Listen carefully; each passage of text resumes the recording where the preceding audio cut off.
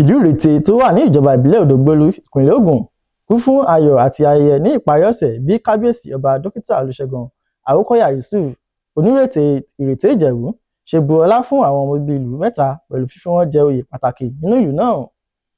Ọpẹ́yẹmí Adéwùmí jábọ̀ ròyìn pé ayẹyẹ náà jẹ́ apá kan ìsàmì ayẹyẹ ọdún mẹ́rin tó ti wà lórí ìtẹ́ àwọn baba rẹ̀ gẹ́gẹ́ bí Kábíyèsí Onírèté Ìrèté Ìjẹ̀bú. Ayẹyẹ náà kún fún àwọn olóyè, àwọn aráàlú, àwọn olóṣèlú àti àwọn ènìyàn pàtàkì láti ibi gbogbo.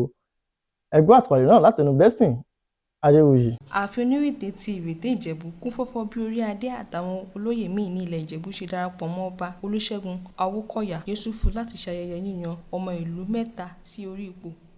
Àwọn tí wọ́n yàn ní ọmọ ọba Olúmídé Adésànyà àti ìyàwó rẹ̀ arábìnrin Afọláṣadé Adésànyà gẹ́gẹ́ bí Ọ̀túnba Jàdẹ́rà ti Ìrèté Ìjẹ̀bú àti yèyé Ọ̀túnba Jàdẹ́rà ti Ìrèté Ìjẹ̀bú pẹ̀lú Alhaja Idayat Tọ́pẹ́ Ọ̀gọ̀jí gẹ́gẹ́ bí ìyálóde ti Ìrèté Ìjẹ̀bú.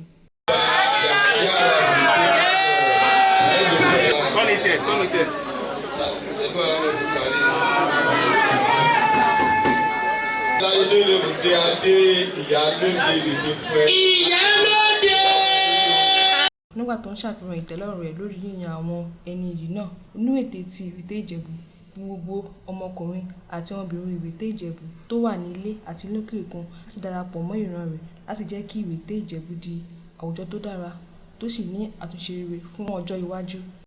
Ọjọ́ ni ọjọ́ ìdùnnú ní ọjọ́ ọpẹ́ ni.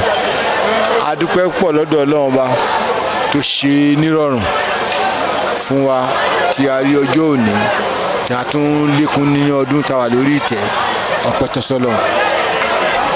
Àwọn olóyè pàtàkì pẹ̀lú ààrẹ Agadagudu Ìrèté Ìjẹ̀bú tó tún jẹ́ alága ayẹyẹ ìgbàdé ọdún kẹrin ti Onírèté Ọba Onírèté Ọ̀túnba Dòsùnmú Saheed ṣàpèjúwe àwọn olóyè tuntun gẹ́gẹ́ bí àwọn ènìyàn tó ní àṣeyọrí láwùjọ tí wọ́n sì ti nípa púpọ̀ nínú ìdàgbàsókè ìlú Ìrèté Ìjẹ̀bú.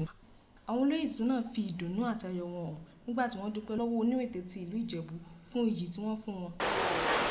Ìṣòro dàbí ẹni pé bí ìgbà tí Kábíyèsí ti joyè láti bí ọdún mẹ́ẹ̀ẹ́dọ́gbọ̀n sẹ́yìn ni because nǹkan tí Kábíyèsí gbé ṣe lánàá ọdún mẹ́rin yẹn ọba ìmíì tó wà lórí oyè láti bí ogún ọdún kò rí ṣe.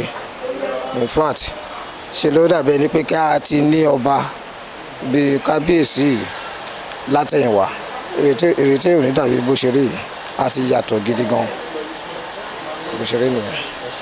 Ẹ ṣé.